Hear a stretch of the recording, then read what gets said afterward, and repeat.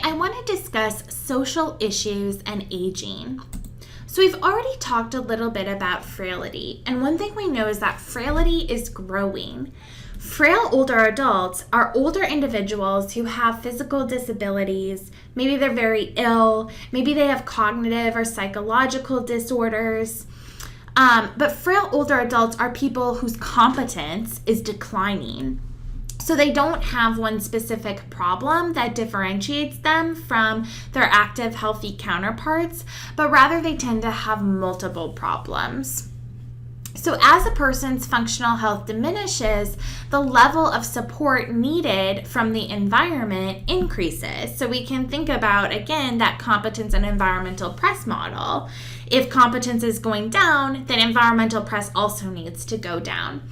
And so this is where we get into housing options for older adults. The optimal housing situation is probably going to change if their competence is changing.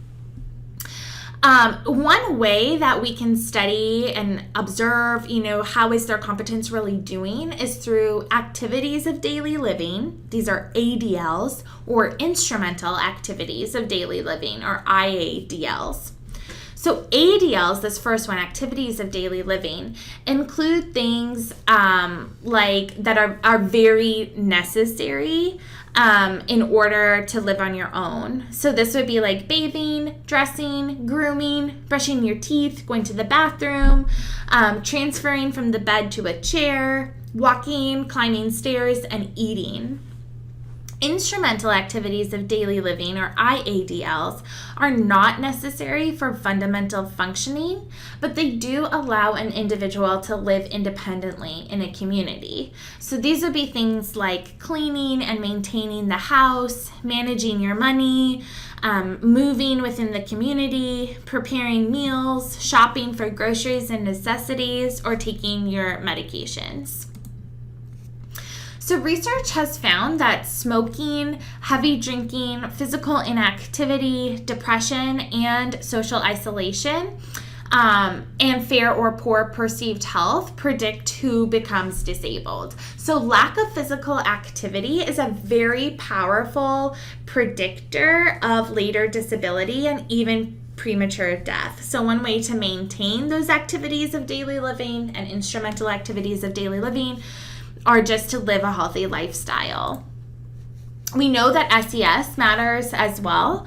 Research indicates a relationship between socioeconomic status and health-related quality of life. So more affluent older adults have lower levels of disability and higher health-related quality of life. These differences are really set early in life and then maintained into late life. So the competence environmental press model provides two options for people who experience difficulties dealing with the tasks of daily life. We can increase their competence, or we can lower their environmental press. So the most frequent solution here involves lowering environmental press, so doing things to modify your home.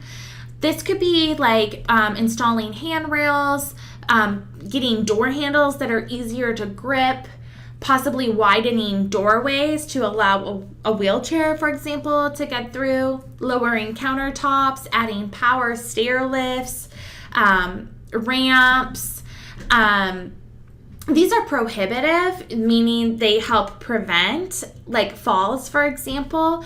And so ultimately, it's less money then. It's always going to be cheaper to prevent rather than to intervene. So it's going to be less money than moving to a nursing home, but it still is because of money that many older adults with functional impairments have this mismatch between competency and environment, and they don't do things to change their environmental press.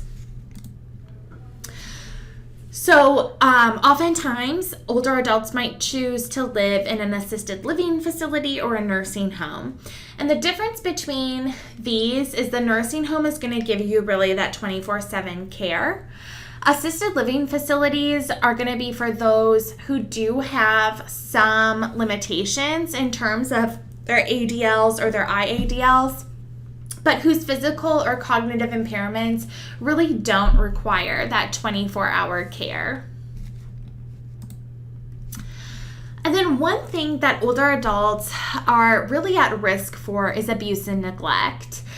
There are 7 different types of elder abuse. These include physical, sexual, emotional or psychological, financial or material exploitation, abandonment, neglect, and self-neglect.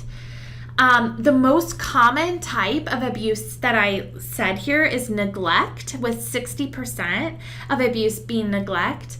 Physical abuse is about 16%, and financial or material exploitation is about 12%.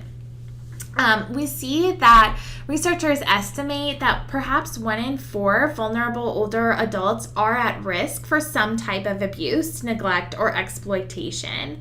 So even though many older adults are likely to suffer from some type of abuse, it's very rarely reported to authorities. So there are some ways to reduce elder abuse. One thing is to make sure that they're in a good facility, especially a facility that's not understaffed. Caregiving is a very stressful situation. And so if they're in an understaffed facility, a lot of times these problems like neglect can happen. So by understanding the ways to reduce the rates of elder abuse overall, you can help prevent elder abuse from happening. So you want to avoid isolating elders because this can cause depression or sadness, making them increasing really the chances of neglect or abuse. But just make sure that you stay in touch with your elders, keep them active, encourage them to attend religious services or community activities. This can help keep them in touch with other people. Don't allow them to live with someone who is known to be abusive or violent. Be really wary of caregivers or friends needing financial help. Elders should be aware of their own financial affairs in order to avoid that material exploitation. Especially, you don't want to allow a caregiver or a family member to impulsively alter an elder's will or add their names to financial accounts or land titles, for examples.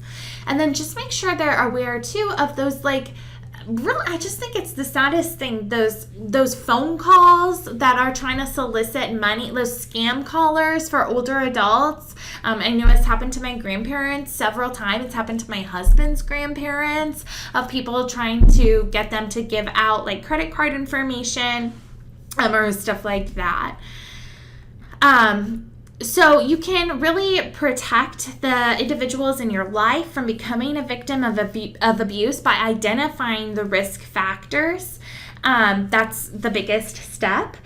If you are a caregiver yourself, look for trusted people who can provide additional care when you need a break so that you're not becoming overly stressed or overwhelmed with your caregiving duties. You want to try to not become too overburdened.